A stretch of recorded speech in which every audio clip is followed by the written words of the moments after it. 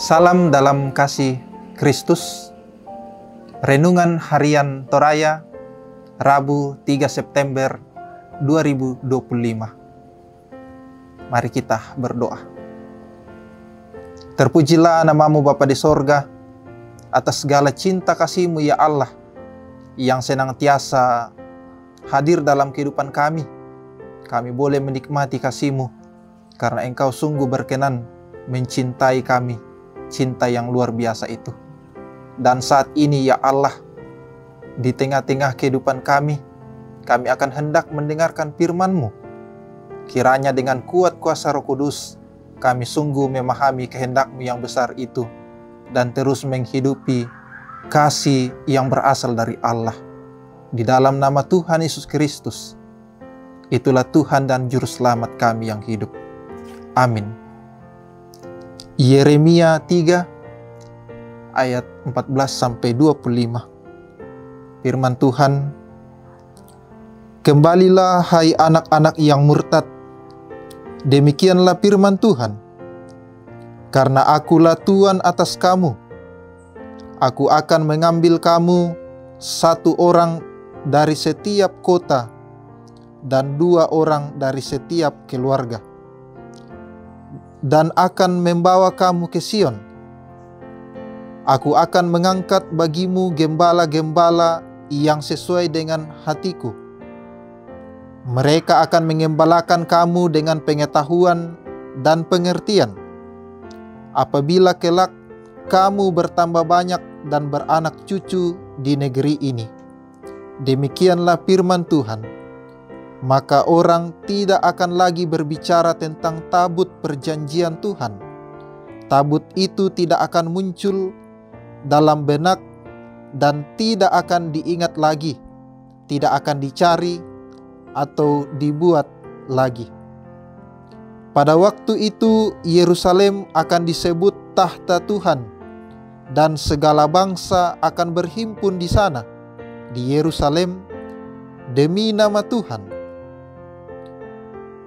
Dan mereka tidak akan bertingkah laku mengikuti hatinya yang keras dan jahat.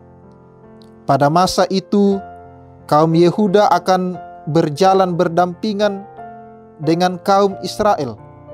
Mereka akan datang bersama-sama dari negeri utara ke negeri yang telah kubagi-bagikan kepada nenek moyangmu menjadi milik pusaka. Pikirku, sungguh aku hendak menetapkan engkau menjadi anak-anakku dan memberikan kepadamu negeri yang indah, milik pusaka yang paling permai dari bangsa-bangsa. Pikirku, engkau akan memanggil aku Bapakku dan tidak akan berbalik meninggalkan aku. Ternyata seperti seorang istri yang tidak setia terhadap pasangannya, begitu pula kamu tidak setia terhadap aku, hai kaum Israel. Demikianlah firman Tuhan. Dengar, di atas bukit-bukit gundul terdengar tangisan anak-anak Israel yang memohon-mohon, sebab mereka telah memilih jalan yang sesat dan melupakan Tuhan Allah mereka. Kembalilah, hai anak-anak yang murtad. Aku akan menyembuhkan engkau dari kemurtadanmu. Inilah kami datang kepadamu, sebab engkaulah Tuhan Allah kami. Sesungguhnya bukit-bukit pemujaan adalah dusta. Betapa riuhnya di atas bukit-bukit itu. Sesungguhnya hanya pada Tuhan Allah kita ada keselamatan Israel. Namun berhala yang memalukan menelan habis hasil jerilela nenek moyang kita sejak masa muda kita. Kambing domba dan lembu mereka, anak lelaki dan anak perempuan mereka. Marilah kita berbaring dengan rasa malu, dan biarlah noda kita menyelimuti kita, sebab kita telah berdosa kepada Tuhan Allah kita dan nenek moyang kita sejak masa muda kita sampai hari ini. Kita tidak mendengarkan suara Tuhan Allah kita. Demikianlah bacaan kita saat ini. Kembalilah sebelum terlambat. Membalik komi suding den siapa atu. Satu kali kau sakiti hati ini, masih kumaafkan. Dua kali kau sakiti hati ini, juga kumaafkan. Tapi jangan kau coba 3 kali, jangan oh janganlah. Cukuplah sudah, jangan kau ulangi lagi. Ungkapan di atas merupakan penggalan syair lagu, jangan sampai 3 kali, yang berisi peringatan bahwa sekalipun seseorang mungkin memaafkan kesalahan orang lain 1 atau 2 kali, namun jika kesalahan yang sama terulang untuk ketiga kalinya, maka hubungan tersebut mungkin tidak bisa dipertahankan lagi karena kesabaran itu ada batasnya. Bagaimana dengan hubungan Allah dengan umat Israel dalam konteks perikop Yeremia pasal 3 ayat 14-25?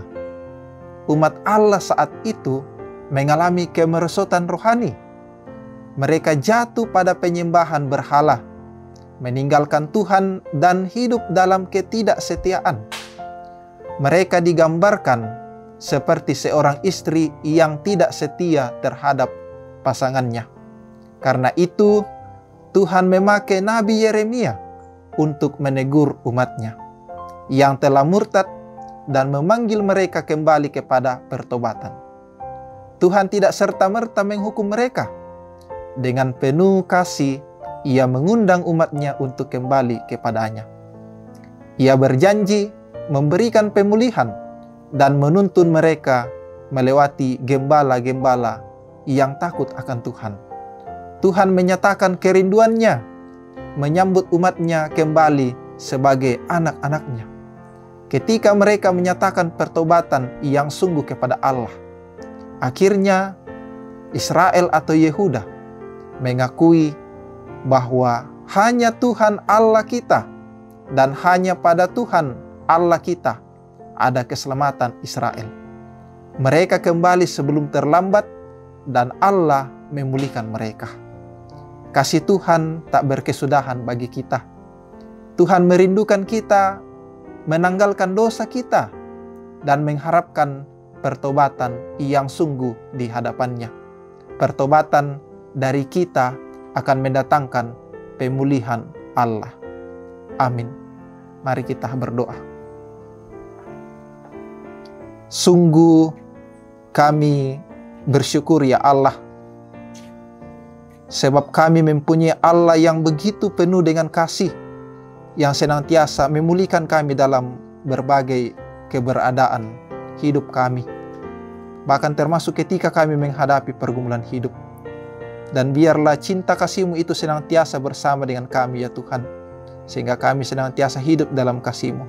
Terima kasih untuk firman-Mu hari ini yang senantiasa menuntun dan menolong kami. Amin.